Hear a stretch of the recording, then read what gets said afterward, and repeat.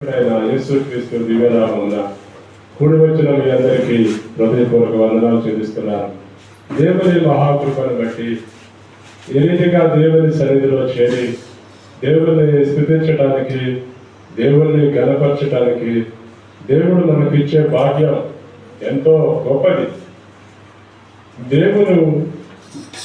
దేవుడు ఈ లోకంలో ఉండే ప్రతి మనిషికి సంతోషాన్ని, సమాధానాన్ని, ఆనందాన్ని, ఆశీర్వాదాన్ని అనుగ్రహించాడు.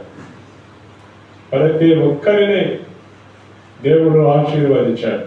ప్రతి ఒక్కరిని, భూమి మీద ఉన్న ప్రతి ఒక్కరు ఆశీర్వదించబడాలని దేవుడు తన ప్రణాళికలోనే ప్రతి ఒక్కరిని ఆశీర్వదించాడు. కానీ చాలా మంది వారికున్న సంతోషాన్ని, వారికున్న ఆనందాన్ని, వారికున్న ఆశీర్వాదాలను వాళ్ళకై వాళ్ళే వదిలేసుకుంటున్నారు. నీకున్న సంతోషాన్ని, నీకున్న ఆనందాన్ని, నీకున్న ఆశీర్వాదాన్ని నీకై నువ్వు వదిలేసుకుంటున్నావు. అంతేకాని నీ సంతోషాన్ని ఎవడో నీ యొద్ద నుంచి లాక్కోలేడు. నీ ఆశీర్వాదాన్ని ఎవడో నీ యొద్ద నుంచి తీసుకెళ్ళలేడు. దానికి నీకు నీవే దాన్ని వదిలేసుకుంటే తప్ప దేవుడు ఈ లోకంలో ఉండే ప్రతి ఒక్కరిని ఆశీర్వదించిన వాడు, బలపరుస్తున్నవాడు. మన మార్గంలో ఆయన మనకు తోడై ఉండి నడిచేవాడు. మన శత్రువులను సైతం మనకు మిత్రులుగా చేసేవాడు. మార్గాయాసంలో నీ కష్టాన్ని, బాధను దేవుడు చూచి నీకు సహాయకుడిగా ఉండేవాడు. దేవుడు మేలు చేసేవాడు, ఆశీర్వదించేవాడు. కనుక నీవు దేవుని పట్ల బట్టే నీ విశ్వాసం ఎంత ఉందో నీకు అర్థమవుతుంది. నీ నిరీక్షణ ఎంత ఉందో నీకు అర్థమవుతుంది. నీవు ఎంత దీవించబడ్డావో నీకు అర్థమవుతుంది. నువ్వు దేవునిలో బట్టే దినదినము ఎదుగుతావు, దినదినము ఫలిస్తావు, దినదినము అభివృద్ధి పొందుతావు. నీవు ఒక చెట్టు నాటితే ఆ చెట్టు ఎలా ఫలిస్తుందో చూస్తావు, ఎలా కాయలు కాస్తుందో చూస్తావు, ఎలా వృద్ధి పొందుతుందో చూస్తావు. అలాగే దేవుడు నిన్ను కూడా అంతకంటే ఎక్కువగా ఆశీర్వదించాడు. మరి నువ్వు ఫలించాలి, అభివృద్ధి చెందాలి, విస్తరించాలి. అదే దేవుని కోరిక, అదే దేవుని సంకల్పం. చదువుదాం, మన పరిశుద్ధ గ్రంథంలో నుండి చదువుదాం. ఇప్పుడు మనం చదివిన కీర్తనల గ్రంథం 84వ కీర్తన 9వ వచనం నుంచి 11వ వచనం వరకు, 12వ వచనం వరకు చదువుదాం. దేవా మాకేడమా దృష్టించుము, నీవు అభిషేకించిన వారి ముఖమును లక్షింపుము. నీ ఆవరణంలో ఒక్క దినము గడుపుట 1000 దినముల కంటే శ్రేష్టము. భక్తిహీనుల గుడారములో నివసించుట కంటే నా దేవుని మందిర ద్వారము వద్ద నుండుట నాకిష్టము. దేవుడైన యెహోవా సూర్యుడును కేడమునై ఉన్నాడు. యెహోవా కృపయు ఘనతయు అనుగ్రహించును. యథార్థముగా ప్రవర్తించు వారికి ఆయన ఏ మేలును చేయక మానడు. సైన్యములకు అధిపత్యకు యెహోవా నీ యందు నమ్మకమించు వారందరూ ధన్యులు. 11వ వచనాన్ని, దేవుడైన యెహోవా సూర్యుడును కేడుమునై ఉన్నాడు. యెహోవా కృపయు ఘనతయు అనుగ్రహించును. యథార్థముగా ప్రవర్తించు వారికి ఆయన ఏ మేలును చేయక మానడు. చిన్న ప్రార్థన చేద్దాం. మహాపరిశుద్ధుడు అయిన మా తండ్రి, పరలోకమందున్న మా ప్రభువా, పరిశుద్ధ పుణ్య పాదములకు స్తుతులు, స్తోత్రములు, వందనాలు చెల్లిస్తున్నాము తండ్రి. మా తండ్రి, సర్వశక్తిమంతుడా, సర్వోన్నతుడా, గొప్ప దేవుడా, మా రక్షకుడా, యేసయ్య, స్తోత్రాలు, వందనాలు చెల్లిస్తున్నాము నాయన. అనాయ ఉదయకాల సమయంలో మరొక మారు మీ పాదాలు కొట్టుకొని మీ నామాన్ని స్తుతిస్తున్నాం, గణపరుస్తున్నాం, మహిమపరుస్తున్నాం.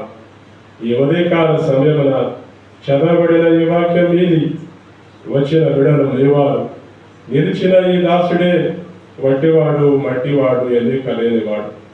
ఈ దాసుని మరుగుపరచండి. మీ వాక్యంలో నుండి మీరే నాతో మాట్లాడి మహిమ పొందమని యేసు క్రీస్తు నామమున అడుగుచున్నాము తండ్రి, ఆమేన్. మనం చదువుతున్న ఈ కీర్తన భాగాన్ని ఇక్కడ మనం చూస్తున్నాం. 84వ కీర్తనలో కోరాహు కుమారుల కీర్తన. కోరాహు కుమారులు ఈ కీర్తన రాశారు. ఈ కీర్తనకు లేకపోతే పాటగా అన్వయించుంటారు. ఏది ఏమైనప్పటికీ పరిశుద్ధ గ్రంథంలో కోరాహు కుమారుల కీర్తన అని రాయబడి ఉంది. కోరాహు కుమారులు ఎవరో మనకు తెలుసు కదా. కోరాహు అంటే మోషే కాలంలో తిరుగుబాటు చేసిన వాడి కుమారుడు కోరాహు. మోషే కాలంలో తిరుగుబాటు చేశాడు. నీవేనా దేవుడు ఎన్నుకున్నవాడివి, మమ్మల్ని ఎన్నుకోలేదా అని తిరుగుబాటు చేశాడు. కోరాహు, దోతాను, అబీరాము ముగ్గురు. ఈ ముగ్గురు బ్రతికొండగానే పాతాళంలోకి వెళ్ళిపోయారు. కానీ కోరాహు కుమారులు, కోరాహు దుర్మార్గుడు అనుకున్నారు ఏమో తెలియదు, కానీ కోరాహుతో లేరు. వాడు మీలో ఎవరైనా రండి అని అంటారు, వాళ్ళందరూ బయటకు వచ్చేసి ఉంటారు. వాళ్ళ దగ్గర నుంచి దూరంగా వెళ్ళిపోమని చెప్పాడు. వెళ్ళిపోతుందని చెప్పినప్పుడు కోరాహు కుమారులు వాళ్ళ తండ్రితో లేకుండా బయటకు వచ్చారు. వాళ్ళు రాశారు ఈ కీర్తన. ఈ కీర్తన మనం ఫస్ట్ మొదటి వాక్యంలో మనం వచనంలో చదివితే ఏముంటుందంటే, వీళ్ళు దేవుని మందిరానికి, దేవుని సన్నిధికి, దేవునికి చాలా దూరంగా ఉన్నట్లు బాధపడుతున్నారు. దేవుని మందిరానికి, దేవుని ఆలయానికి, దేవుని సన్నిధికి నేను చాలా దూరంగా ఉన్నాను. దేవుని మందిరానికి దూరంగా ఉంటే వచ్చే బాధ ఎలా ఉంటుందో ఆ అనుభవంతో రాశారు. ఇక్కడ మనం అదే మొదటి వచనంలో చదువుతున్నాం. సైన్యములకు అధిపతి యెహోవా, నీ నివాస స్థలము ఎంత రమ్యము, యెహోవా మందిరావరణమును చూడవలనది నా ప్రాణము ఎంతో ఎంతో ఆశపడుతుంది. దేవుని మందిరాన్ని చూడాలనే ఆశ, దేవుని మందిరానికి వెళ్ళాలనే ఆశ, దేవుని మందిరంలో ప్రార్థన చేయాలనే ఆశ ఈ రోజుల్లో ఎంతమందికి ఉంది? ఈ రోజుల్లో చాలా మందికి దేవుడన్నా, దేవుని సన్నిధన్నా నిర్లక్ష్యంగా ఉండేవాడు ఎక్కువ. నిర్లక్ష్యం. దేవుని మందిరానికి మనం ఎలా రావాలంటే భయంతో, భక్తితో రావాలి. నువ్వు ఎప్పుడైతే దేవుని దగ్గరికి భయంతో, భక్తితో వస్తావో దేవుని కనుదృష్టి నీ మీదే ఉంటుంది. ఈ మందిరం మీద నా కనుదృష్టి ఉంచుదును అన్నాడు. దేవుని కనుదృష్టి ఆయన మందిరం మీద ఉంటుంది. కనుక దేవుని సన్నిధికి వచ్చే మనం అలానే రావాలి. కానీ వీళ్ళకి దేవుని మందిరం ఎంతో దూరంగా ఉంది కనుకనే వాళ్ళు ఎంతో వేదనను అనుభవిస్తున్నారు, ఎంతో బాధలు అనుభవిస్తున్నారు. ఇక్కడ కిందకు వచ్చేసరికి ఒక మాట రాస్తాడు, అసలు మంచి మాట ఉంటుంది. ఏమంటే, సైన్యములకు అధిపతియగు యెహోవా, నా రాజా, నా దేవా, నీ బలిపీఠమునొద్దనే పిచ్చుకలకు నివాస స్థలం. దేవుని మందిరంలో పిచ్చుకలు నివసిస్తున్నాయి, వాటికి నివాస స్థలం ఉంది, కానీ మాకు మాత్రం లేదు. ఎంత వేదనతో ఉన్నారో చూడండి. ఈ రోజుల్లో ఎంతమందికి ఉంది? నేను దేవుని మందిరానికి దూరం అయిపోతున్నాను, దేవుని సన్నిధికి దూరం అయిపోతున్నాను, నేను దేవుని దగ్గరుంటే, దేవుడు నాతో ఉంటే, దేవుడు నాలో ఉంటే నాకు ఆశీర్వాదం అని ఈ రోజుల్లో ఎంతమంది ఆలోచించే వాళ్ళు ఉన్నారు. భక్తులు ఎంతో వేదనకు గురయ్యారు. ఇక్కడ కిందకు వచ్చేసరికి ఒక మాట రాస్తాడు. ఏమని రాస్తాడు? నీ మందిరావరణంలో ఒక్క దినము గడుపుట. కాబట్టి దేవుని మందిరంలో ఒక్క దినం ఉంటే ఎన్ని దినాలు ఉన్నట్టు? 1000 దినాలు. మనం ఉంటామా? ఏమండి, దేవుని మందిరంలో ఒక్క రోజు మనం గడిపే సమయాన్ని ఇవ్వగలమా? ఏమండి, ఒక్క రోజు ఉదయం నుండి మరలా ఉదయం వరకు ఒక రోజు గడుపుతారు ఎవరన్నా? ఇప్పుడన్నా అలాంటి ఆశ వచ్చిందా? తలపు వచ్చిందా? కాదు. అన్నం వండుకోవాలి, ఏమండి, కూర వండుకోవాలి, టీవీ సీరియల్ చూడాలి, ముసట్లు చెప్పుకోవాలి. ఏమంటే ఎన్ని ఆలోచనలు ఉంటాయో, ఎన్ని తలపులు ఉంటాయో. ఈ ఆశలు, ఈ కోరికలు, ఈ తలపులు దేవునిని మనకు దూరం చేస్తున్నాయి. మన ఆలోచనలే, మన తలపులే, మన కోరికలే దేవునికి మనకి దూరాన్ని తెస్తున్నాయి. కానీ దేవుని సన్నిధిలో ఒక్క దినం మనం గడపలేకపోతున్నాం. ఒక్క దినం గడిపితే 1000 దినాల శ్రేష్టం. అంత గొప్ప ఆధిక్యతను దేవుడు మనకిచ్చాడు. కానీ మనమే దానిని వినియోగించుకోలేకపోతున్నాం. అందుకనే మనం ఇక్కడ చెప్పాలనుకున్న అంశంలోనికి రావాలని కొంచెం నేను వివరిస్తున్నా. మన యొక్క కిందకు వచ్చేసరికి ఒక మాట ఉంటుంది 11వ వచనం. ఏమని ఉంటుంది? దేవుడైన యెహోవా సూర్యుడును కేడెమునై ఉన్నాడు. దేవుడు సూర్యుడై ఉన్నాడు. సూర్యుడు అంటే వెలిగించేవాడు. దేవుడు మనకు వెలిగించేవాడై ఉన్నాడు. నీవు వెళ్ళే ప్రతి మార్గంలో, నువ్వు నడిచే ప్రతి బాటలో దేవుడు నీకు వెలుగై ఉంటాడు. నువ్వు చేసే ప్రతి ప్రయాణంలో దేవుడు నీకు వెలుగుగా ఉంటాడు. ఎంతమంది మనం వెళ్ళే మార్గంలో దేవుణ్ణి వెంట పెట్టుకుని వెళ్ళేవాడు ఉన్నారు. మనం చేసే మన ప్రయాణంలో దేవుడు ఉన్నాడా? ఏమండి, ఈ రోజుల్లో చాలా మంది ప్రయాణాల్లో దేవుడు ఉన్నాడు. ఎందుకన్నాడు? అవి దేవునికి ఇష్టమైనవి కావు. మనం చేసే చాలా ప్రయాణాలు దేవునికి ఇష్టమైనవి కావు కనుక, యేసయ్యా నేను వెళ్ళే ఈ మార్గం నీకు ఇష్టమైనది కాదు కనుక నేను ఈరోజు నాతో రాబాకు. ఏమండి, ఈ రోజుల్లో చాలా మంది ఎలాంటి ప్రార్థన చేసేవాడు కూడా ఉన్నారు. ఏమంటే ఉదయం ప్రార్థనకి వెళ్తారు, సాయంత్రం సినిమాకి వెళ్తారు. ఏమంటే దేవుడు వస్తాడన్నారు అయితే ఉదయం అంతా యేసయ్య అంటారు, సాయంత్రానికి వెళ్ళి బాగా కూర్చుంటారు. ఈ రోజుల్లో చాలా మంది మార్గాలు దేవునికి వ్యతిరేకమైనవి. అందుకనే మనం ఇక్కడ చదువుతున్నాం, దేవుడైన యెహోవా సూర్యుడై ఉన్నాడు, నీకు వెలిగించేవాడై ఉన్నాడు. నీవు నడిచే ప్రతి మార్గంలో దేవుడు నీకు వెలుగుగా ఉండి నడిపిస్తాడు. నువ్వు చీకటిలో నడిచినా ఆ చీకటిని వెలుగుగా చేస్తాడు. దేవుడు నీతో ఉంటే, దేవుడు నీకు తోడుగా ఉంటే నీ మార్గం అంతటిలో ఆయన నీకు తోడై ఉండి నడిపిస్తాడు. నీవు నడవలసిన మార్గాన ఆయన నిన్ను నడిపించుకుంటూ వెళ్తాడు. అందుకని మనం ఇక్కడ చదువుతున్నాం మన పరిశుద్ధ గ్రంథంలో. ఏం చదువుతున్నాం? చదువుదాం. మన పరిశుద్ధ గ్రంథంలో నుండి ఒక మంచి మాట యోబును, దీని తర్వాత చదువుదాం. హెబ్రీయులకు రాసిన పత్రిక, అపోస్తలుడైన హెబ్రీయులకు రాసిన పత్రిక 5వ అధ్యాయం 11వ వచనాలను చదువుదాం. హెబ్రీయులకు రాసిన పత్రిక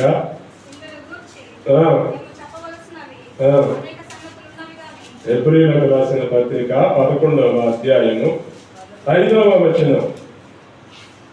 విశ్వాసమును బట్టి హనోకు మరణము చూడకుండానట్లు కొనుక్కోబడెను. అతడు కొనుక్కోబడక మునుపు దేవునికి ఇష్టుడై ఉండేను. దేవునికి ఇష్టుడుగా బ్రతికాడు. దేవుని సన్నిధిలో విశ్వాసంతో బ్రతికాడు. దేవునికి కుమారుడుగా బ్రతికాడు. అందుకనే అతడు కొనుక్కోబడక మునుపు, కొనుక్కోబడటం ఏంటిది? చచ్చిపోకుండా దేవుడితో నడుచుకుంటూ వెళ్ళిపోయాడు. యేసయ్య పరలోకం నుంచి దిగొచ్చాడు హనోకు దగ్గరికి. హనోకుతో మాట్లాడుతూ హనోకు దేవుడితో మాట్లాడుకుంటూ వెళ్ళిపోయాడు. ఆశ్చర్యం కాలేదు? ఇక్కడ అదే మనం చదువుతున్నాం. మరి చదవండి. విశ్వాసమును బట్టి మరణము చూడకుండా. అతడు చచ్చిపోకుండా ఏమండి మనం చచ్చిపోయామని ఎట్లా తెలిసింది చెప్పండి?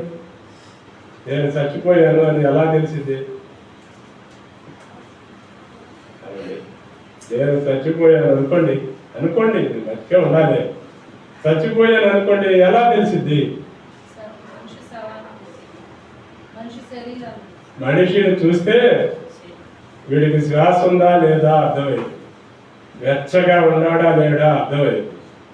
ఏమండి నేను చచ్చిపోకుండా వెచ్చగా ఉండి శ్వాస ఆడుతూ ఉంటే ఎలా ఉంటుంది? బతికున్నాడు, చచ్చిపోలేదు. అంటే నా శరీరాన్ని బట్టి అంచనేస్తాను. అంటే హనోకు శరీరం లేదు, శరీరంతోనే దేవుడితో మాట్లాడుకుంటూ వెళ్ళిపోయాడు. ఇట్లా నడుచుకొని వెళ్ళిపోయాడు. మీకు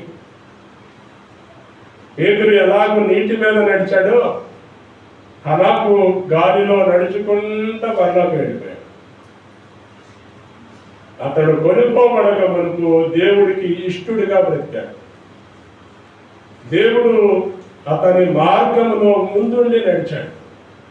దేవుడు ముందు నడిస్తే హనోకు వెనక నడిచాడు. దేవుడు సూర్యుడై ఉన్నాడు, నీ మార్గాన్ని ఆయన సరళం చేసి నడిపిస్తాడు. నువ్వెక్కడికి వెళితే అక్కడికి నీ దేవుణ్ణి తీసుకెళ్తారా?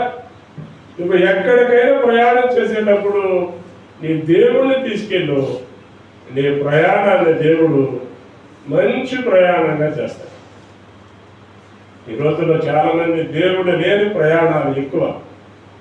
అందుకనే చాలా మంది ప్రయాణాలు మధ్యలో ఆగిపోతున్నాయి. వెళ్ళాలి అనుకున్న కాడికి వెళ్ళలేకపోతున్నారు. ఒకవేళ అక్కడికి వెళ్ళినా కూడా అది విజయవంతం అవటంలా. సమస్యలు వస్తున్నాయి, ఇబ్బందులు వస్తున్నాయి, ఆటంకాలు వస్తున్నాయి. కారణం ఏంటంటే నీవు దేవుణ్ణి నీతో తీసుకెళ్ళాలి. అందుకని యెహోవా సూర్యుడును కేడెమునై ఉన్నాడు. నీ మార్గంలో నీకు దేవుడుంటే నీకు అలాంటి విజయాన్ని ఇస్తాడు. ఇప్పుడు చదువుదాం మన పరిశుద్ధ గ్రంథంలో నుండి కీర్తనల గ్రంథం 15వ అధ్యాయం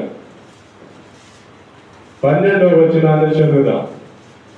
క్షమించండి, మొదటి 2 వచనాలు చదవండి. కీర్తనల గ్రంథం 12వ అధ్యాయం. యెహోవా నీ గుడారములో అతిథిగా ఉండదగిన వాడెవడు? నీ పరిశుద్ధ పర్వతము మీద నివసింపదగిన వాడెవడు? యథార్థమైన ప్రవర్తన కలిగి నీతిని అనుసరించుచు హృదయపూర్వకంగా నిజం పలికేవాడే. దేవుని గుడారములో మనలను అతిథులుగా పిలిచాడు. దేవుడు మనలను ఆయనకు అతిథులుగా పిలిచాడు. దేవుడు మనల్ని పిలుస్తున్నాడంటే మనకి ఎంత సంతోషం రావాలి. కలెక్టర్ ఆఫీస్ నుంచి మీ ఇంటికి కారు వచ్చింది అనుకోండి, మీకు ఎలా ఉంటుంది? కలెక్టర్ గారు ఈరోజు మీకు భోజనం ఏర్పాటు చేశారంట, విందు ఏర్పాటు చేశారంట, మిమ్మల్ని తీసుకురమ్మని కారు పంపించారు అని అన్నాడు అనుకోండి. అప్పుడు మీకు ఎలా ఉంటుంది? అంత సంతోషం ఉండదా? కారు ఉండదా? చెప్పండి. సంతోషం. ఒక జిల్లా కలెక్టర్ కారు పంపించి మమ్మల్ని అతిథులుగా ఇంటికి భోజనానికి పిలిచాడంటే ఎంత గర్వకారణము, ఎంత సంతోషము. అలాంటిది దేవుడు మనలను అతిథిగా పిలుస్తానంటున్నాడు. ఇక్కడ అదే మనం చదువుతున్నాం. యెహోవా నీ గుడారంలో అతిథిగా ఉండదగిన వాడెవడు? నీ పరిశుద్ధ పర్వతము మీద నివసింపదగిన వాడెవడు? యథార్థమైన ప్రవర్తన కలిగి. నీవు యథార్థంగా ఈ భూమి మీద నడిస్తే, ఈ భూమి మీద జీవిస్తే, ఈ భూమి మీద బ్రతికితే దేవుడు నిన్ను ఆయన పరిశుద్ధ పర్వతం మీదకి, ఆయన గుడారంలోనికి నిన్ను అతిథిగా పిలుస్తాడు. నీ మంచితనాన్ని బట్టి కలెక్టర్ కూడా నిన్ను ఆయన ఇంటికి భోజనానికి పిలుస్తాడు. నీలో మంచితనం లేకపోతే ఏమండి, నువ్వు మంచిగా లేకపోతే పిలుస్తారా? పిలవరు. తను మంచోడు కాదండి, తను మంచోడు కాదండి, వాళ్ళ పిలవకూడదండి. వస్తే లేనిపోయిన సమస్యలండి, లేనిపోయిన గొడవలండి, లేనిపోయిన ఇబ్బందులండి అనేవాళ్ళు కూడా ఉంటారు. ఇక్కడ మనం అదే చదువుతున్నాం. యెహోవా నీకు సూర్యుడై ఉన్నాడు, ఆయన నీకు మార్గాన్ని సరళం చేసేవాడై ఉన్నాడు. అందుకనే మనం ఇక్కడ చదువుతున్నాం. మనము ఈ భూమి మీద నడవాలంటే రెండు ఉండాలి. ఏంటి ఆ రెండు? ఏమండి, ఇప్పుడు మనం చదివాం, యథార్థమైన ప్రవర్తన కలిగి నీతిని అనుసరించి నడవాలి. ఈ రెండు ఉండాలి. మొట్టమొదటిది యథార్థత, రెండవది నీతి. ఈ రెండు కళ్ళు లాంటి. భయము భక్తి అలాగో యథార్థత నీతి అలా ఉంటాయి. నీవు దేవునికి దగ్గరగా ఉంటే దేవుడు నీ ముందుండి నిన్ను నడిపిస్తాడు. అందుకనే మనం ఇక్కడ మాట చదివాం. యథార్థంగా నడిచే వారికి, నీతిగా నడిచే వారికి దేవుని కృప ఎప్పుడూ ఉంటుంది. దేవుని కృప ఎప్పుడు. ఇదే మన పరిశుద్ధ గ్రంథంలో ఒక మాట చదువుదాం. ఇదే మన పరిశుద్ధ గ్రంథంలో నుండి కీర్తనల గ్రంథం 101వ కీర్తన 2వ వచనాలు, మొదటి 2 వచనాలు చదువుదాం. నేను కృపను గూర్చియు న్యాయమును గూర్చియు పాడెదను, యెహోవా కీర్తించెదను. నిర్దోష మార్గమున వివేకముతో ప్రవర్తించెదను. నీవు ఎప్పుడు నా యొద్దకు వచ్చెదవు, నా ఇంట యథార్థ హృదయముతో నడుచుకొందును. స్పష్టంగా చెప్తున్నాడు దేవుని భక్తుడు చెప్తున్నాడండి మాట. ఎవరు చెప్తున్నారని మాట? దావీదు చెప్తున్నాడు. ఏమని చెప్తున్నాడు? మళ్ళీ చదువుదాం. నిర్దోష మార్గమున వివేకముతో ప్రవర్తించదను.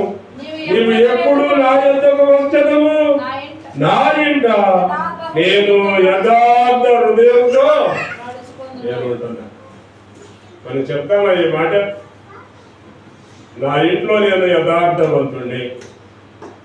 నా భార్య పట్ల, నా పిల్లల పట్ల, నా భర్త పట్ల, నా పిల్లల పట్ల నేను యథార్థంగా నడుచుకుంటున్నా.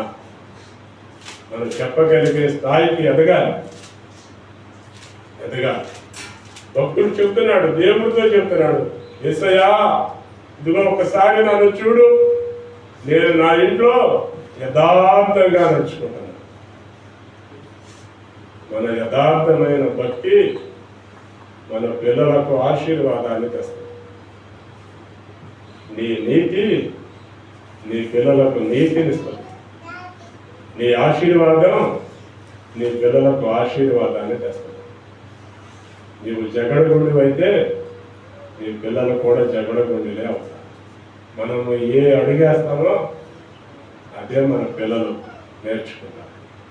ఇక్కడ మనం అదే చదువుతున్నాం. అయ్యా నేను నా ఇంట్లో యథార్థంగా ఉన్నాను, కావాలంటే నువ్వు చూడు అన్నాడు.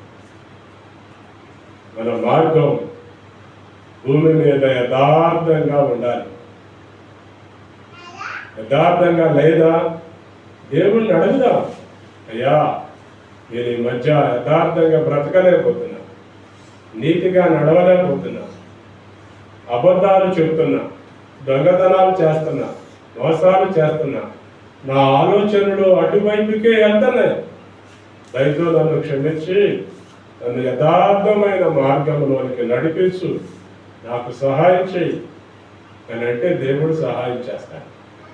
అడగకుండా దేవుడు సహాయం చేయడు.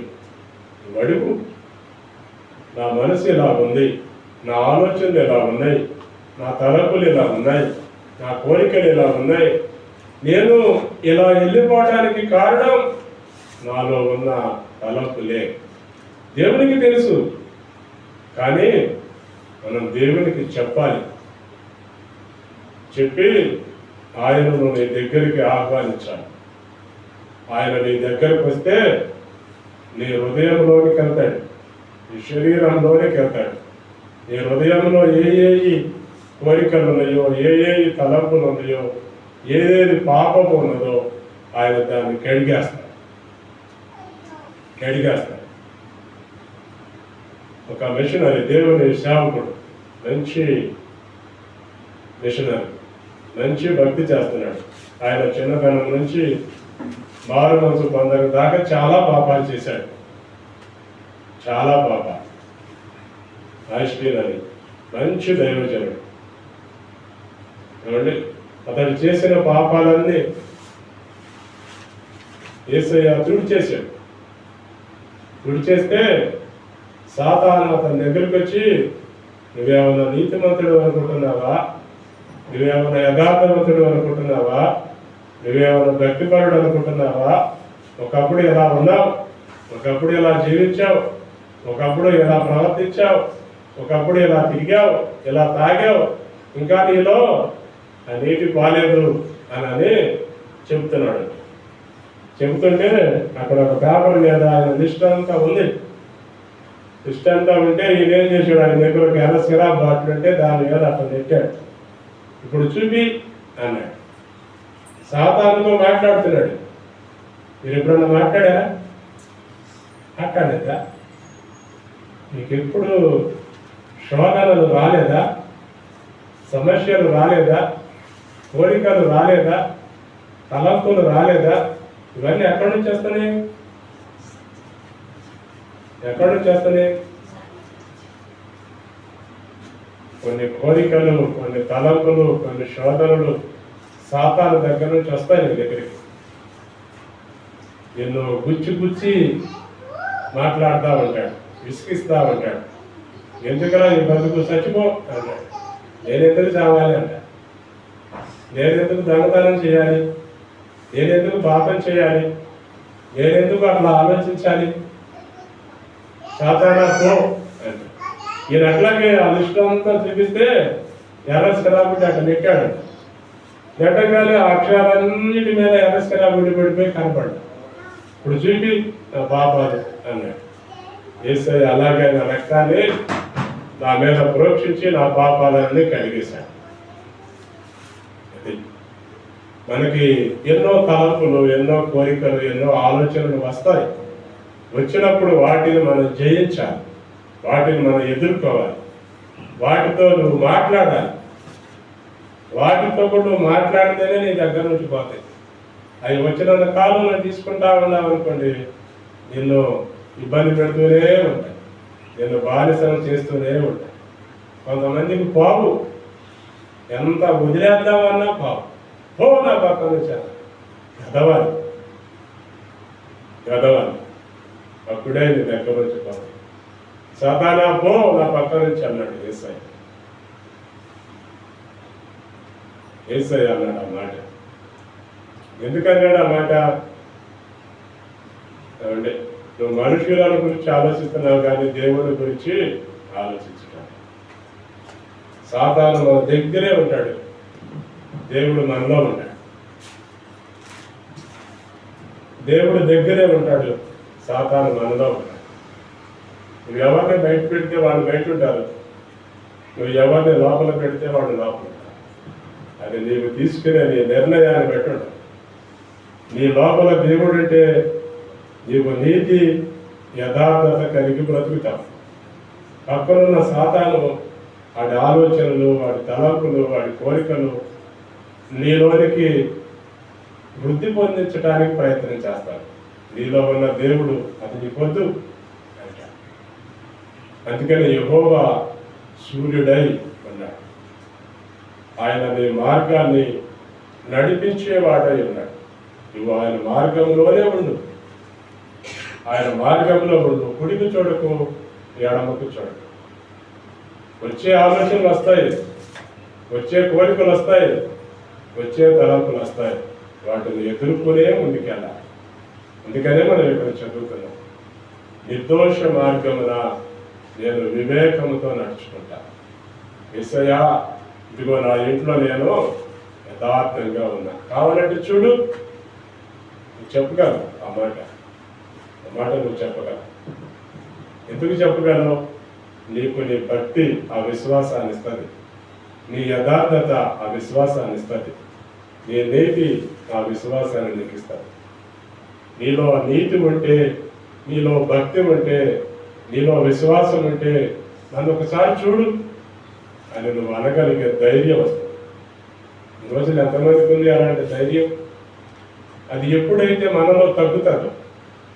చాలా మందికి భక్తి తగ్గిపోతుందంటే ఏంది ఏమంటే, నిజాయితీగా ఉండాల్సిన కాడ, యథార్థంగా ఉండాల్సిన కాడ అబద్ధాలు ఆడతారు. మనలో భక్తి తగ్గిపోతూ ఉంటారు. మనలో భక్తి తగ్గిపోయే కొద్ది మనలో ఏమొస్తుందో తెలుసా? భయం వస్తుంది. భయం. భక్తి తగ్గే కొద్ది భయం వస్తుంది, భక్తి పెరిగే కొద్ది ధైర్యం వస్తుంది. కానీ చాలా మంది అయితే అసలు భక్తినే వదిలేస్తున్నారు. నా పొద్దున బాబు ఈ భక్తి, నేను అలాగే అదివరకు ఎలా ఉంటాను అలానే ఉంటా అని వెనక్కి వెళ్ళిపోయేవాడు కూడా ఉన్నారు. అందుకనే మనం ఇక్కడ చదువుతున్నాం ఆ మాట.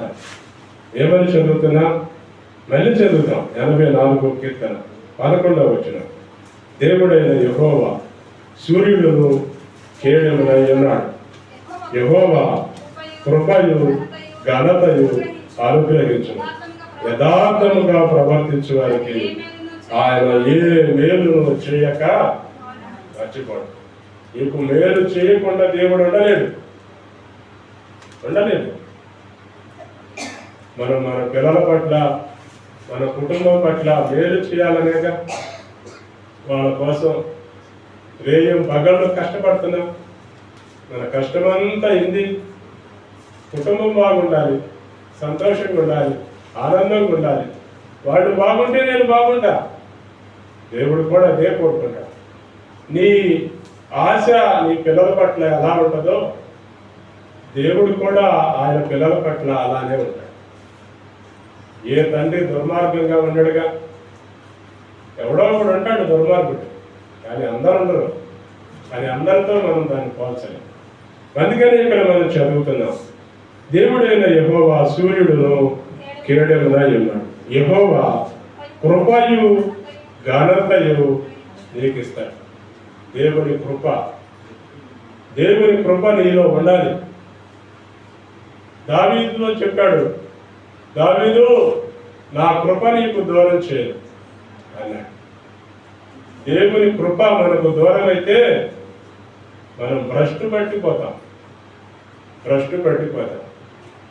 అంటే ఒక్కొక్కసారి మనం చిన్న చిన్న తప్పులు చేస్తాం. తప్పులు వేరు, పాపాలు వేరు. గుర్తుపెట్టుకోండి. తప్పు చేయటం వేరు, పాపం చేయటం వేరు. తప్పు అంటే ఏంది? అబద్ధం చిన్నది. అంటే పాపం అంటే ఏంది? నీ అబద్ధం ఒకళ్ళు చెప్పకూడదు, అది పాపం. తప్పులు చిన్నవి ఉంటాయి. ఇంకోటి పాపం అంటే ఏంది? ఆజ్ఞ అతిక్రమం పాపం. నీవు దేవుణ్ణి కాకుండా ఇంకా ఎవరిని దేవుని స్థానంలో పెట్టకూడదు, ఎవరికి ఆ స్థానాన్ని ఇవ్వకూడదు, అది పాపం. దేవుడే నీకు మొదటి స్థానం. దేవుణ్ణి కాకుండా ఇంకా నువ్వు ఎవరికైనా ఆ స్థానాన్ని ఇస్తే నువ్వు పాపంలో ఉన్నావు, నువ్వు పాపం చేస్తున్నావు. అదే దాని అర్థం. అందుకని దేవుని కృప నీకు దూరం అయిపోదు అన్నాడు దేవుడు. ఎవరితో అంటే దావీదు తప్పు చేశాడు. ఒకసారి తప్పు చేశాడు, పాపం చేశాడు. ఆ పాపానికి ప్రాయశ్చిత్తం దేవుని దగ్గర పొందాడు. అందుకని దేవుడు అన్నాడు, ఇక నా కృప నీకు దూరం కాదు అన్నాడు. దావీదును బట్టి రాజులను దేవుడు ఆశీర్వదించాడు. దావీదు గర్భంలో నుంచి వచ్చిన వారి సంతానాన్ని అంతటినీ ఆశీర్వదించాడు. ఎందుకంటే ఆయన కృపను దావీదును బట్టి వారికి తోడించాడు. వాళ్ళ పిల్లలు తప్పు చేసినా కూడా, పాపం చేసినా కూడా వాళ్ళను చూడకుండా దావీదును చూశాడు. దావీదుకి ఇచ్చిన వాగ్దానం చేశాడు. దేవుడు నీకు కూడా ఈ వాగ్దానం చేస్తున్నాడు. యెహోవా సూర్యుడును కేడెమునై ఉన్నాడు. ఆయన యథార్థంగా ప్రవర్తించే వారికి మేలు చేయకుండా ఉన్నాడు. దేవుడు ఆయన కృపను నీకు అనుగ్రహించాడు. ఆయన కృపలో నీవు ఉన్నావు. దేవుని కృప నీ మీద ఉన్న కనుకనే నువ్వు ఇలా సంతోషంతో, సమాధానంతో, ఆనందంతో బ్రతుకుతున్నావు.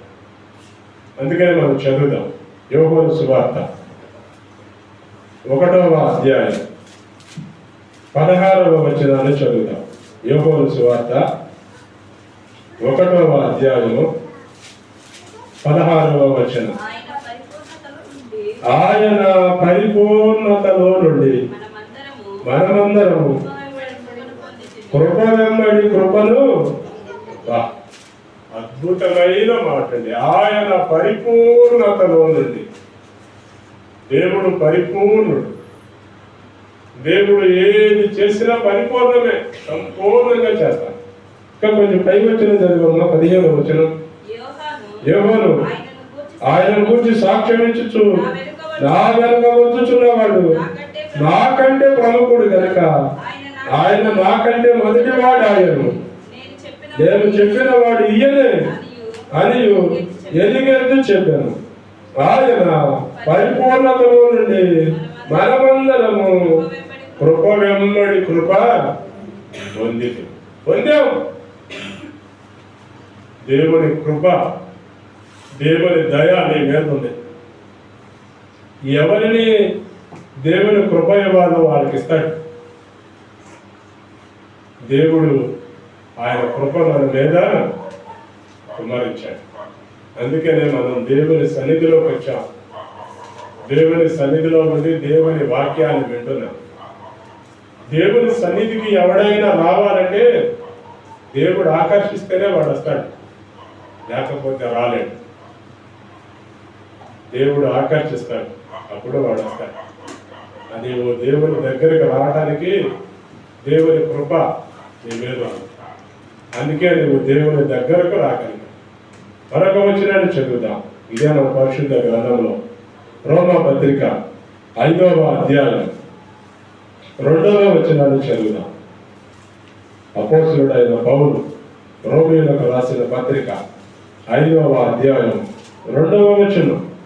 మరియు ఆయన ద్వారా మనము విశ్వాసము వలన ఈ కృపయందు ప్రవేశము గలవారమై అందులో నిలిచియుండి దేవుని మహిమను కూర్చియు నిరీక్షణను బట్టి అతిశయపడుచున్నాం. అతిశయం, దేవుని కృప నీకు అతిశయాన్ని ఇచ్చింది. దేని మీద అతిశయం?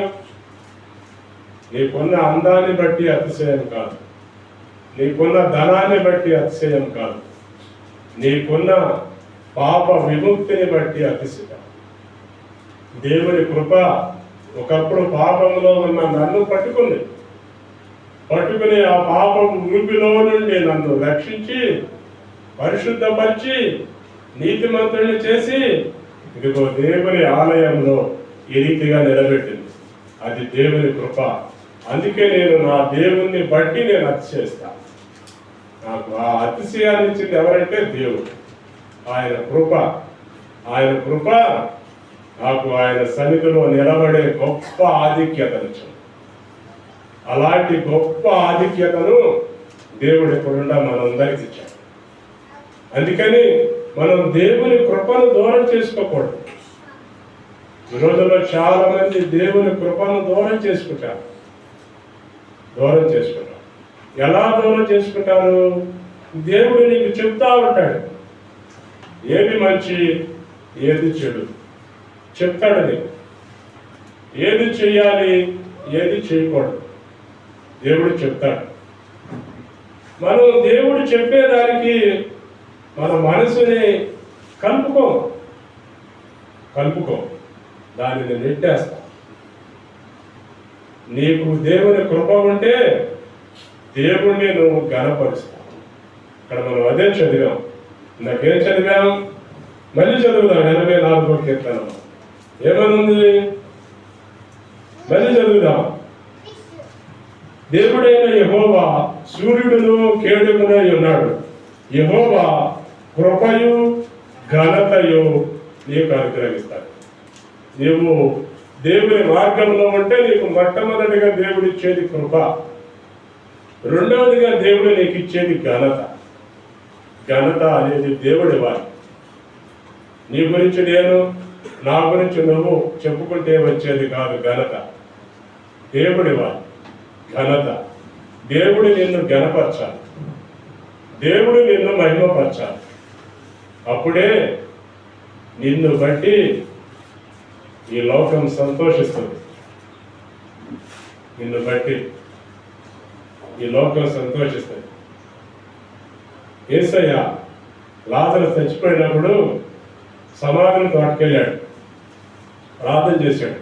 అయ్యా, ఇదిగో వీళ్ళందరూ చూసినట్లు నీ కుమారుడిని మహిమపరచు అన్నాడు.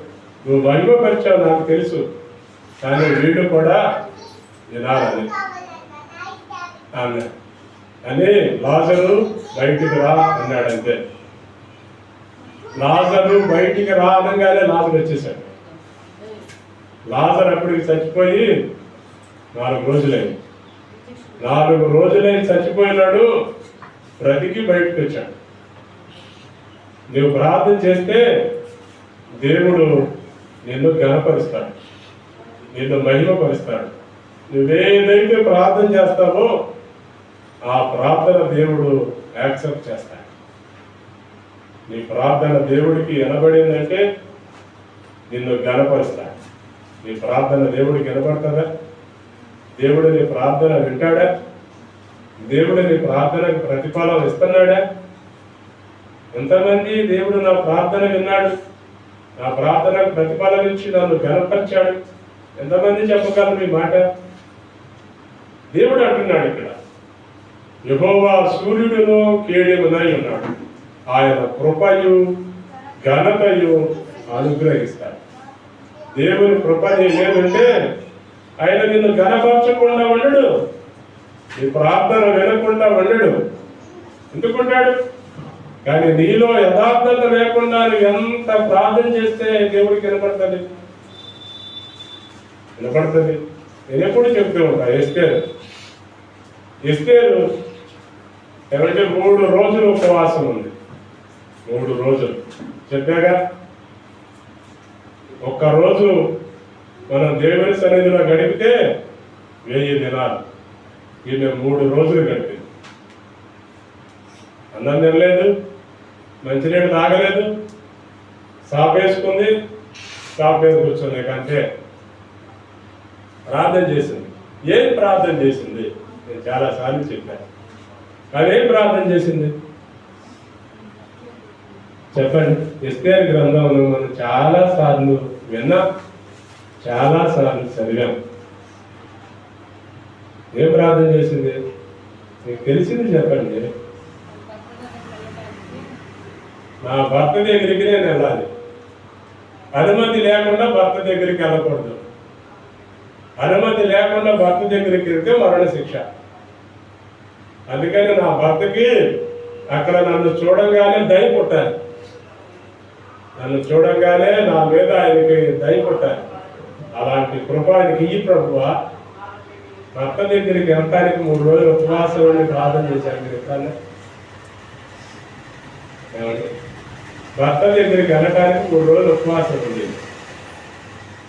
భర్తకి గ్లాసు మంచినీళ్ళు ఏమంటే ఇస్తారా?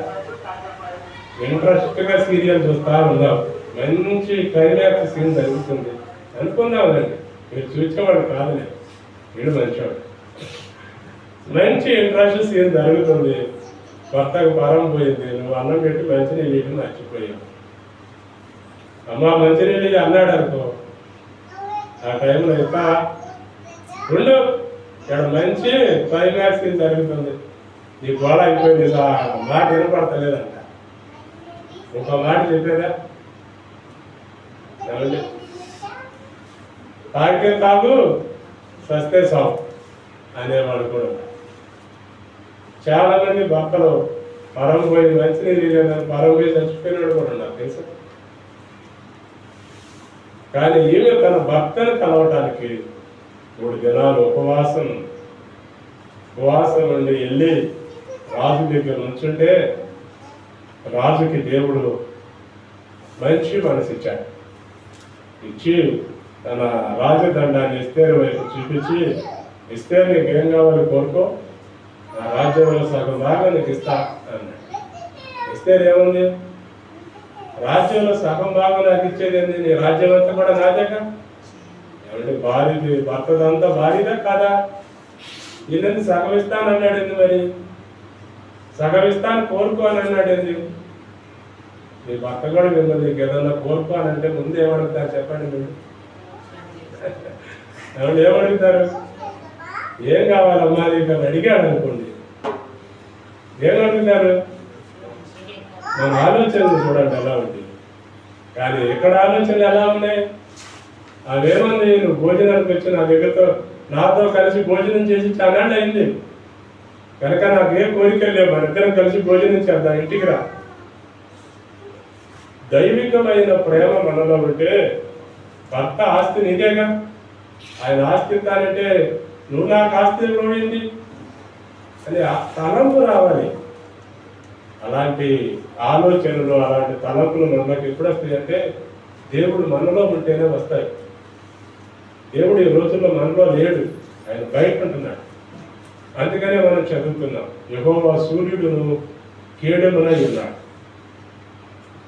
ఆయన కృపయు ఘనతయు అనుగ్రహిస్తాడు. నీకు ఘనత, నీ భార్య నీ పక్కన ఉన్నంతసేపు నీకు ఘనత ఉంటుంది, నీ భర్త నీ పక్కన ఉన్నంతసేపు నీకు ఘనత ఉంటుంది, నీ దేవుడు నీతో ఉన్నంతసేపు నీకు ఘనత ఉంటుంది. ఇంకా ఎవరి వలన అలాంటి ఘనత రాదు. నీ ఆశను నీ కోరికను తీర్చగలిగే వాడు వెళితే దేవుడు తీరుస్తాడు, భార్య తీరుస్తుంది, భర్త తీరుస్తాడు. పిల్లలు కూడా ఈ రోజుల్లో తీర్చేవాడు లేరు. తీర్చేవాడు ఉంటే ఎంతో మంది ముసలోడు ఎందుకు రోడ్డు మీద అడుక్కోవాలి, దిక్కు లేనోడు వాగా ఎందుకు బ్రతకాలి? తీర్చలేరు. ఈ తీర్చగలిగిన వాడు దేవుడే. దేవుడు నీతో ఉంటే కసాయి భర్త అయినా కసాయి భార్య అయినా ప్రేమించే మనసు, ఎవరి కౌగిలించుకునే మనసు దేవుడిస్తాడు. అలాంటి ఘనత ఇచ్చేవాడు దేవుడు. మూడవది మనం చదువుదాం. ఇదే మన పరిశుద్ధ గ్రంథంలో మళ్ళీ చదువుదాం. దేవుడైన యెహోవా సూర్యుడును కేడుమునై ఉన్నాడు, యెహోవా కృపయు ఘనతయు అనుగ్రహించును. యథార్థంగా ప్రవర్తించే వారికి దేవుడు మేలు చేస్తాడు. మూడవది మేలు. దేవుడు నీకు మేలు చేస్తున్నాడు. కొన్ని కోట్లు ఇచ్చి ఏమండి ఆరోగ్యాన్ని బాగు చేసుకోవాలని ప్రయాసపడేవాడు చాలా మంది ఉన్నారు. కానీ నీకు ఏమీ లేకుండా దేవుడు నీకు అన్ని సమృద్ధిగా ఇస్తున్నాడు. నీకు ఏ కొరత లేదు, ఏ లోటు లేదు. మంచిగా దేవుడు నిన్ను పోషిస్తున్నాడు. మంచిగా ఆయన నీకు కాపుదలు ఇస్తున్నాడు. ఆయన నిన్ను సంరక్షించి పోషించి కాపాడుతున్నాడు. సింహపు పిల్లలు లేవికలమై ఆకలి కొంటాయి, కానీ దేవుడిని ఆశ్రయించే వారికి ఏ మేలు పొదువా ఉండదు. నీకు ఏ మేలు దేవుడు పొదువు చేయలే. నీ నాన్నని అడగండి, నాన్న నీకు నా వయసులో ఉన్నప్పుడు ఏదన్నా కొరత ఉందా అని అడిగితే చెప్తాడు. వాళ్ళకి చాలా కొరతలు ఉన్నాయి, చాలా లోట్లు ఉన్నాయి, చాలా బాధలు ఉన్నాయి. అయినప్పటికీ వాళ్ళు అలా బాధపడకూడదని వాళ్ళ పిల్లల్ని అలా పెంచారు. వాళ్ళు తినకపోయినా నా పిల్లలు బాగుండాలి, నా పిల్లలు దీవెనకరంగా ఉండాలి, వాళ్ళకి ఏ కొరత ఉండకూడదు, ఏ లోటు ఉండకూడదని వాళ్ళ కొరకు ఎంతో పరితపించారు. ఎంతో ఆశ కలిగి కష్టాలు ఏమండి చెమటని రక్తంగా మార్చుకుని పిల్లల్ని ముందుకు సాగించారు. వాళ్ళు చెప్తారు, ఎప్పుడన్నా మీరు అడగండి, చెప్తారు. అదే ఇక్కడ దేవుడు కూడా అదే చెప్తున్నాడు. నువ్వు నా దగ్గరికి వస్తే, నువ్వు నాతో ఉంటే నీకు కొరతే ఉంటుంది. దేవుడే నీ వాడైతే, దేవుడే నీ రక్షకుడైతే, దేవుడే నీ విమోచకుడైతే నీకు ఇంకా కొరత ఏంటి? బుద్ధి జ్ఞానములు సర్వ సంపదలు యేసు క్రీస్తునందు గుప్తమై ఉన్నవి అన్నాడు. యేసుని కలిగిన వాళ్ళు ధనవంతులు. నేను పోయిన వారిని చెప్పాను, నిజమైన ధనవంతులు ఎవరు అని అంటే ఏం చెప్పాను? నిజమైన ధనవంతుడు ఎవరంటే ఎవరైతే ఉన్నదానితో తృప్తి పొందుతాడో వాడే ధనవంతుడు. ₹1 అన్నా ఏమండి, దానిలో నువ్వు ఎంత ఖర్చు పెడతావు? నీ దగ్గర ₹1 ఉంది, నువ్వు దానిలో ఈరోజు ఎంత ఖర్చు పెడతావు? ఖర్చు పెట్టే దానిలో నీకు తృప్తి ఉండదా? ఉండదు. ₹1 ఉన్నా కూడా ఇంకో కోటి ఎలా సంపాదించాలి? మనిషికి తృప్తి ఉండదు. కానీ ఏమీ లేకపోయినా కూడా తృప్తిగా బ్రతుకుతున్నారు. ఆకాశ పక్షులను చూడండి, అవి విత్తవు, కోయవు, కూర్చుకొనవు, దాచిపెట్టుకో, ఏ రోజుకి ఆ రోజే. కానీ వాటిని ఎవరు పోషిస్తున్నారు? దేవుడు పోషించలేదా? మన ఇంట్లో ముందు పెరుగుతున్న పూల మొక్కలను చూడండి, వాటిని ఎవరు పోషిస్తున్నారు? అవి ఎంత అందంగా మనకి ఏమండి ఆహ్లాదాన్ని ఇస్తాయి, సంతోషాన్ని ఇస్తాయి. వాటిని ఎవరు పోషిస్తున్నారు? అంతకంటే శ్రేష్ఠుడు మన దేవుడు. మనలను పోషించడా? ఇజ్రాయేలు ప్రజలను 40 సంవత్సరాలు పోషించాడు.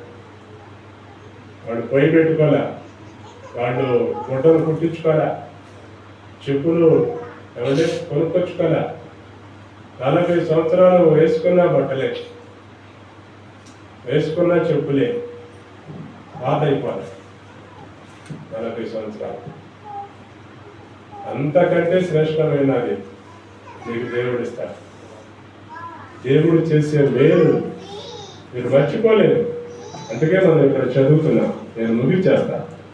ఇదే మన పరిశుద్ధ గ్రంథంలో నుండి మత్తయి సువార్త 7వ అధ్యాయం 11వ వచనాన్ని చదువుదాం. మత్తయి సువార్త 7వ అధ్యాయం 11వ వచనం. మీరు చెడ్డవారని మీ పిల్లలకు మంచి ఈవులను ఇయ్యగలిగి ఉండగా పరలోకమందున్న మీ తండ్రి తన్ను అడుగు వారికి అందరికీ ఎంతో నిశ్చయముగా మంచి ఈవులను ఇస్తాడు. చెడ్డవాడమైన మనమే మన పిల్లల కోసం ఎంతో పరితపిస్తున్నామే. మరి పరలోకం తండ్రి, మనలను సృజించిన దేవుడు, పరిశుద్ధుడైన దేవుడు, నీతిమంతుడైన దేవుడు, యథార్థవంతుడైన దేవుడు, అంతకంటే మన తండ్రి మనకి ఇవ్వలేని దానికంటే ఆయన మనకి ఎక్కువ ఇస్తాడు. మన తండ్రి మనకు సంతోషాన్ని ఇవ్వలేడు ఒక్కోసారి, మనకు కావాల్సింది ఇవ్వలేడు ఒక్కోసారి, కానీ దేవుడు ఇస్తాడు. మనకు అనారోగ్యం వచ్చేసింది అనుకోండి, దాన్ని తండ్రి బాగు చేయగలడా? బాగు చేయలేడు. వేదనలో ఉన్నామనుకోండి, ఆ వేదన తీర్చగలడా? తీర్చలేడు. తండ్రి చెయ్యలేని పనులు నీవు నమ్ముకున్న నీ దేవుడు చేస్తాడు. దేవుడు చేస్తాడు. ఈ లోకంలో మనుషులు చేయలేని పనులు దేవుడు చేస్తాడు. నమ్మండి, దేవుడు అద్భుతాలు చేస్తాడు, మహత్కార్యాలు చేస్తాడు. చచ్చిపోయిన వారిని బ్రతికించాడు. కావాలంటే మీరు గూగుల్లో కొట్టండి, చచ్చిపోయి బ్రతికిన వాళ్ళు ఎంతమంది, వాళ్ళే సాక్ష్యం చెప్పారు. అవి కూడా గూగుల్లో దొరుకుతాయి. మంచి మంచి నువ్వు తెలుసుకోవడానికి ఎన్నో ఉన్నాయి. కానీ ఈ రోజుల్లో మంచి మనుషులకు పనికిరాదు, మేలు మనుషులకు పనికిరాదు. మనసంతా చెడుంటే మన మనసు చెడు ఆలోచన దగ్గరికి వెళ్ళి చెడే టైప్ కొడుతుంది. గూగుల్ని 99 మంది చెడుకే వాడేవాళ్ళు ఉన్నారు, 1% మంచికి వాడేవాళ్ళు ఉన్నారు. ఆ 1%లో నువ్వు ఉండాలని కోరుకుంటున్నాను. అందుకనే ఇక్కడ మనం చదువుతున్నాం, దేవుడు మేలు చేస్తాడు. ఇదే ఫిలిప్పీయులకు రాసిన పత్రిక నేను ముగించేస్తాను. 4వ అధ్యాయం 19వ వచనాన్ని చదువు. అపోస్తలుడైన పౌలు ఫిలిప్పీయులకు రాసిన పత్రిక 4వ అధ్యాయము 19వ వచనం. కాగా దేవుడు తన ఐశ్వర్యం చొప్పున క్రీస్తు యేసునందు మహిమలో మీ ప్రతి అవసరమును ఆయన మహిమను కాగా దేవుడు తన ఐశ్వర్యము చొప్పున, దేవుడి ఐశ్వర్యం అంటేనే ఆలోచించండి. సృష్టికర్త అయిన దేవుడు, భూమిలో బంగారాన్ని ఉంచిన దేవుడు, భూమిలో వజ్రాలను ఉంచిన దేవుడు, భూమిలో వెండిని ఉంచిన దేవుడు. ఈ వెండి, బంగారం, వజ్రాలు, విలువ గల రాళ్ళన్నీ దేవుడు భూమిలోనే పెట్టాడు. ఇవి ఎక్కడి నుంచో రావట్లేదు. మరి అలాంటి దేవుడు ఇప్పుడు ఇక్కడ ఏమంటున్నాడు? కాగా దేవుడు తన ఐశ్వర్యము చొప్పున, దేవుడు తన ఐశ్వర్యం చొప్పున క్రీస్తు యేసునందు మహిమలో నీ ప్రతి అవసరాన్ని దేవుడు తీరుస్తాడు. కనుక నువ్వు ఒక్కటే జ్ఞాపకం చేసుకో, దేవుణ్ణి నువ్వు ఎక్కడికి వెళ్తే నీ మార్గంలో తీసుకెళ్ళు. ఆయన కృప నీకు తోడుంటుంది. ఆయన కృప నీకు తోడుంటే నీవు ఆయనను గనపరుస్తావు, ఆయన నిన్ను గనపరుస్తాడు. గుర్తుపెట్టుకోండి, నువ్వు ఆయన గనపరిస్తే ఆయన నిన్ను గనపరుస్తాడు. ఆయన నువ్వు మహిమపరిస్తే ఆయన నిన్ను మహిమపరుస్తాడు. ఆయన నీ ప్రతి అవసరతను తీరుస్తాడు, నీకు మేలు చేస్తాడు. నిన్ను అనేకమైన వారికి ఆశీర్వాదకరంగా ఉంచుతాడు. కనుక చిన్న ప్రార్థన చేద్దాం. ఈ ఉదయకాల సమయంలో దేవుని సన్నిధిలో ఉన్న మనం ఒక చిన్న ప్రార్థన చేద్దాం. యెహోవా సూర్యుడును కేడెమునై ఉన్నాడు. యెహోవా కృపయు ఘనతయు అనుగ్రహిస్తాడు. యెహోవా యథార్థవంతులను మర్చిపోయాడు. కనుక యేసయ్య నీ మార్గంలో ఉంటే ఆయన కృపను నీకు అనుగ్రహిస్తాడు, ఆయన ఘనతను నీకు అనుగ్రహిస్తాడు, ఆయన మహిమను నీకు అనుగ్రహిస్తాడు. ఆయన మార్గంలో ఉన్న నిన్ను దేవుడు మర్చిపోడు. ఎప్పుడూ నీకు మేలే, ఎప్పుడూ నీకు ఆశీర్వాదం. కనుక చిన్న ప్రార్థించాక యథార్థవంతులకు ఆయన ఏ మేలును చేయక మానడు. ఈ భూమి మీద ఉన్నంత కాలం యథార్థమైన భక్తి, నీతివంతమైన మార్గం మనలో ఉంటే మనం ఎంతో దీవించబడతాం, ఎంతో ఆశీర్వదించబడతాం. మహాపరిశుద్ధుడైన మా తండ్రి, పరలోకమందున్న మా ప్రభువా, పరిశుద్ధ పుణ్యపాదములకు స్తుతులు స్తోత్రములు వందనాలు చెల్లిస్తున్నాను తండ్రి. మా తండ్రి, సర్వశక్తిమంతుడా, సర్వోన్నతుడా, గొప్పదేవుడా, మా రక్షకుడా యేసయ్య స్తోత్రాలు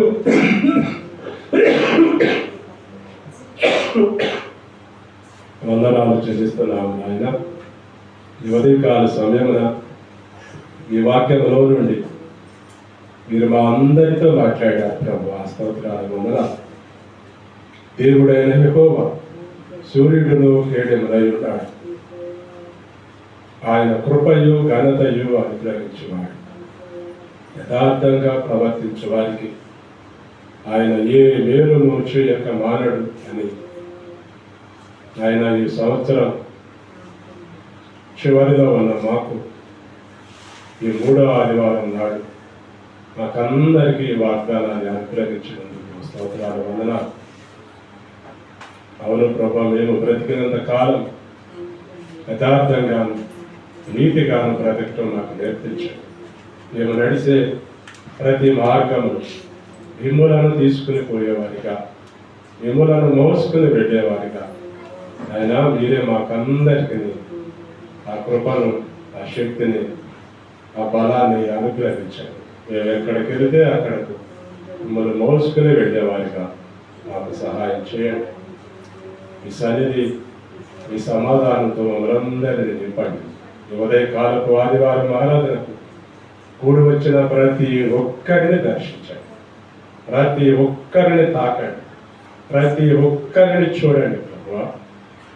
మీ బిడ్డలు మీ వైపు చూస్తున్నారు నాయన.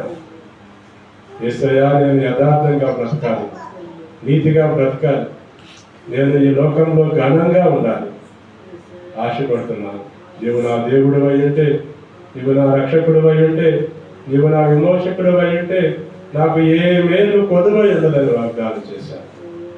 ఈరోజు నేను తీర్మానం చేసుకుని మీ కృపలో, మీ దయలో బ్రతుకున్నట్టు మీరే మాకందరికీ సహాయం చేయండి. సన్నిధి సమాధానంతో మమ్మల్ని అందరినీ నింపండి. సర్వశక్తిమంతుడు, సర్వోన్నతుడు, గొప్ప దేవుడు, మా రక్షకుడు యేసు క్రీస్తు అతి శ్రేష్టమైన నామంలోనే ప్రార్థించి స్తుతించి అడిగి వేడుకుంటున్నాము ప్రియ పరలోక తండ్రి. ఆమేన్. ఆమేన్. కూర్చుందా.